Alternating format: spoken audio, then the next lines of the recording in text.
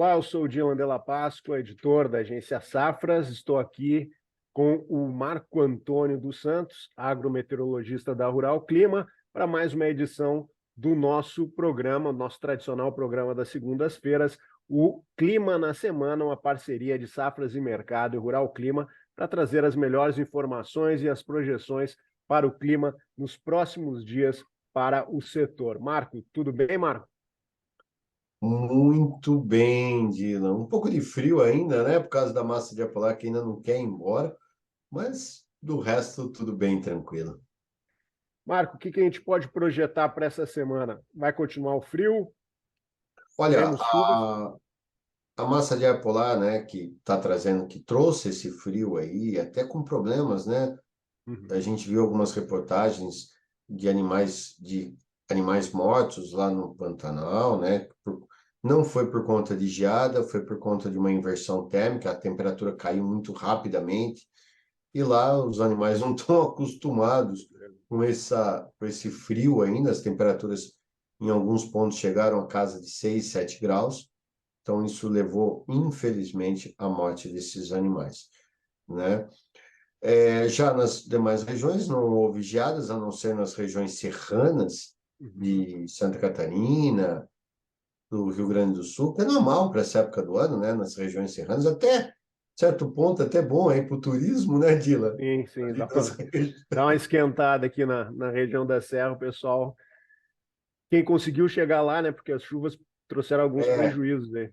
exatamente. O ciclone essa tropical, que a gente avisou bastante aí nos alertas, realmente trouxe muito problema para as regiões aí, mas, de uma certa forma, agora a tendência para essa semana é de aquecimento, né?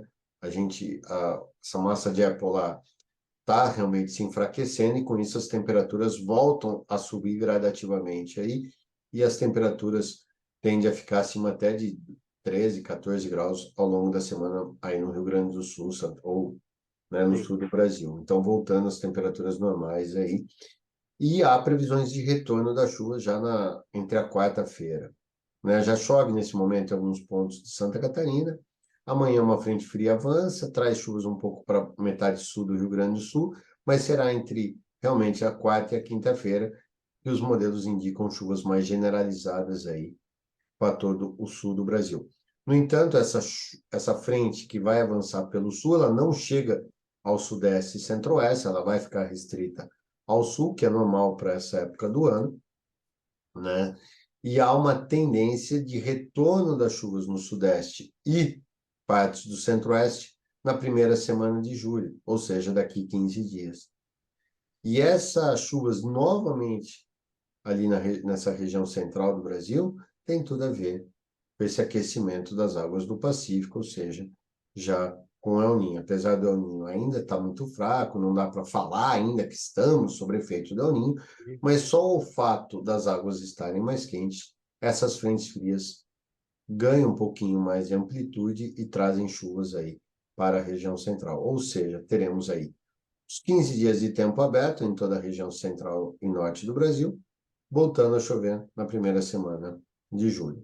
Já no sul, tendência de chuvas regulares, não só essa semana, mas também semana que vem, e não há riscos de geadas, pelo menos aí para os próximos 15, 20 dias. Certo, Marco. O ponto de atenção especial para alguma das culturas com essas condições que tu colocou, ou o desenvolvimento aí dos trabalhos e das lavouras devem continuar dentro do normal? Olha, Angela, para o sul, com o retorno das chuvas, né, as temperaturas se elevando gradativamente ao longo dessa semana e ao longo da semana que vem, isso favorece, né, a continuidade do plantio e os tratos culturais das culturas de inverno, principalmente o trigo e aveia, aí no sul do Brasil.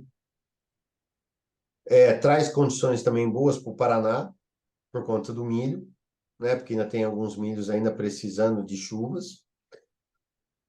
E para as demais regiões, esse tempo firme ajuda na região central, ajuda a colheita do café, da cana-de-açúcar, do Sim, milho, os tratos culturais no algodão, que foram prejudicados na semana passada por conta das chuvas, né? sim. Então, essa retomada aí do tempo firme, isso mantém uma condição favorável aí para todas as culturas. e não houve geadas.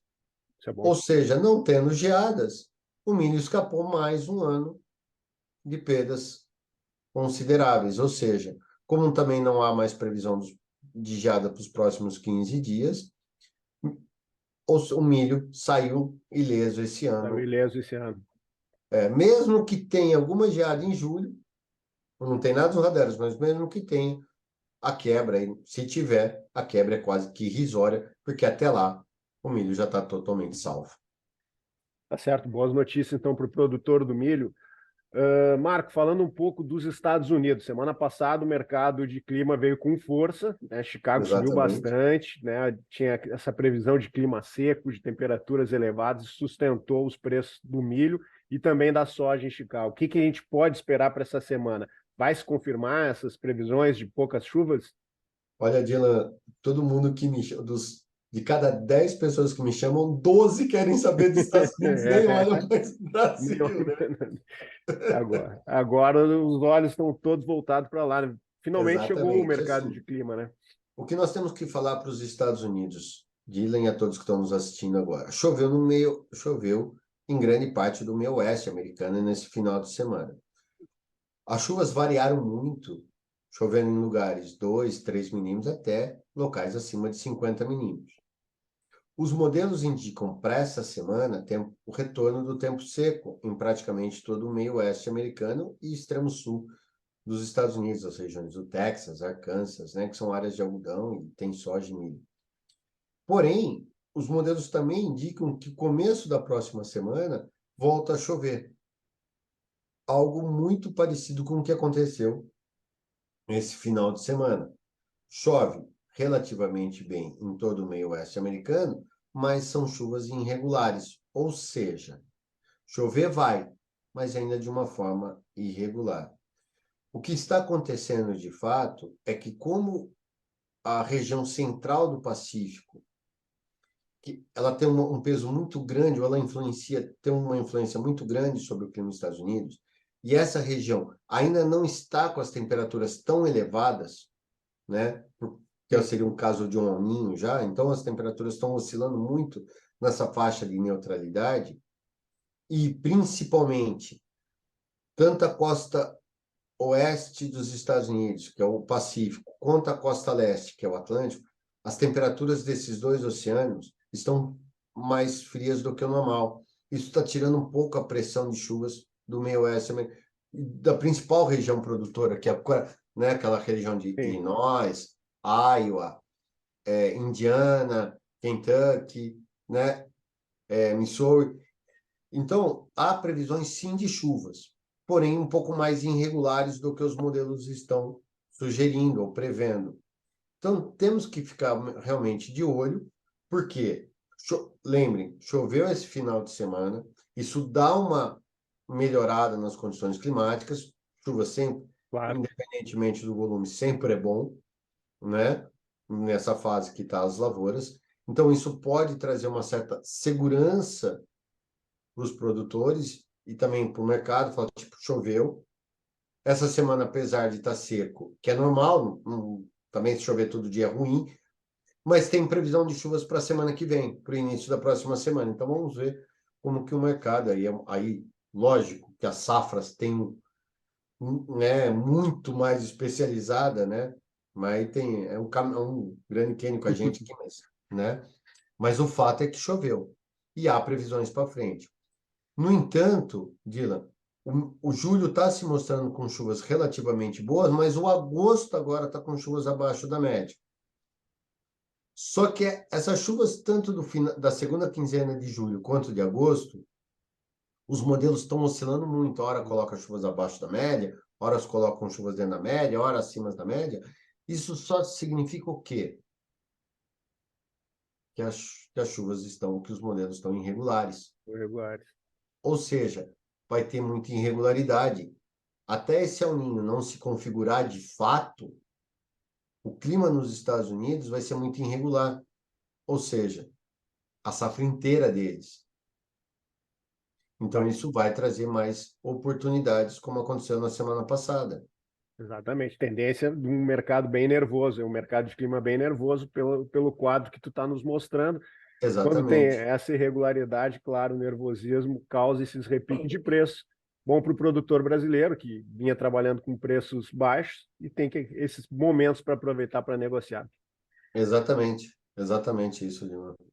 Mais algum ponto que merece destaque, Marco, nessa semana? Não, eu acho que o grande destaque para quem está nos assistindo agora é ficar de olho, tanto aqui na Rural Clima, quanto principalmente com os consultores do Safras. Tá certo. Por quê? Porque vai ter oportunidades como aconteceu semana passada. E se você não estiver do lado do teu consultor, você pode não surfar nessas ondas boas que vão surgir.